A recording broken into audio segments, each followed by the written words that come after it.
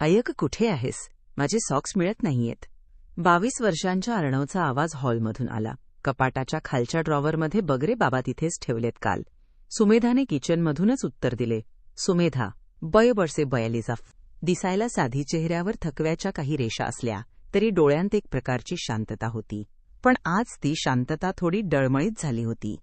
आज तिचा वाढदिवस होता. पण घरात कोणालाच त्याची आठवण नव्हती. नवरा मिलिंद सकाळीच घाईघाईत महत्वाची मीटिंग आहे म्हणून निघून गेला होता. सुमेधाने स्वतःसाठी चहा टाकला आणि खिडकीपाशी उभी राहिली. बाहेर पावसाची रिमझिम सुरू होती. मनाशी विचार आला 40 वर्ष कशी संपली कळलंच नाही. लग्नानंतरची 20 वर्ष तर फक्त मिलिंदाच्या आवडीनिवडी अर्णवचा अभ्यास आणि सासूसासऱ्यांची सेवा यातच गेली. माझं काय? एका नव्या प्रवासाची चाहूल. त्याच दिवशी दुपारी सुमेधाला तिच्या कॉलेजमधील मैत्रिणीच्या अंजलीचा फोन आला. हॅलो सुमेधा, वाढदिवसाच्या खूप खूप शुभेच्छा ग, अंजली उत्साहाने म्हणाली. सुमेधाच्या डोळ्यात पाणी आलं. थँक्स ग अंजली, कोणाला आठवण नाहीये पण तुला राहिली. सुमेधा, रडू नकोस. हे बघ, आता आपण 40च्या पुढे गेलो आहोत. आतापर्यंत आपण इतरांसाठी जगलो, आता थोडं स्वतःसाठी जगूया का? मी एकुमेन्स ट्रेकिंग ग्रुप जॉईन केलाय. तू येतेस का पुढच्या रविवारी? सुमेधा दचकली. ट्रेकिंग? अगं, माझं वय बघ आणि माझे गुडघे, मला नाही जमणार. वय हा फक्त आकडा आहे सुमेधा, तू एकदा ये तर खरी. तुला तुझं हरवले लंबळ गवसेल, अंजलीने समजावलं. पहिलं पाऊल पुढच्या रविवारी घरातल्यांच्या थोड्या कुरकुरी झेलून सुमेधा अंजलीसोबत सिंहगडाच्या पायथ्याशी पोहोचली. तिथे तिच्याच वयाच्या 10-12 स्त्रिया होत्या. कोणाचं वजन जास्त होतं तर कोणी नुकतंच आजारपणातून उठलं होतं. पण प्रत्येकीच्या डोळ्यांत एक चमक होती.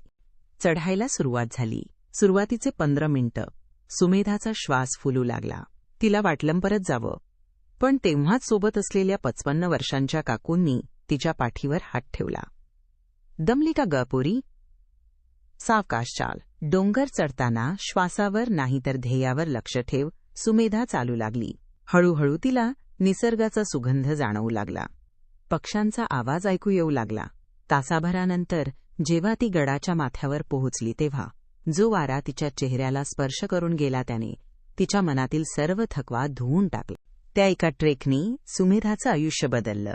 तिला जाणवलं की तिची ताकद अजून संपलेली नाही. तिने पुन्हा एकदा तिचं अर्धवट राहिलेले पेंटिंग सुरू केलं.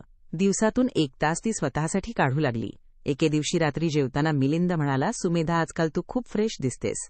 काय कारण आहे? सुमेधा हसून म्हणाली, काही नाही, फक्त मी स्वतःला ओळखायला शिकले. मला वाटलं होतं 40शी म्हणजे आयुष्याची संध्याकाळ, पण हे तर एक नवीन सकाळ आहे. 40शी नंतरचं बळ हे शारीरिक शक्तीत नसतं तर ते मनात असतं. जेव्हा एक स्त्री स्वतःच्या अस्तित्वाची किंमत ओळखते तेव्हा तिला कोणाच्याही मान्यतेची गरज उरत नाही. महत्वाचे संदेश: स्वतःसाठी वेळ काढा. कुटुंब महत्वाचं आहेच, पण तुमचं व्यक्तिमत्वही तितकंच महत्वाचं आहे. छंद जोपासा. वय वाढलं म्हणून स्वप्न बघणं सोडू नका. आरोग्याची काळजी. 40शी नंतर व्यायामाला प्राधान्य द्या. कथा आवडल्यास लाईक, शेअर, सबस्क्राईब आणि कमेंट करा. Thank you.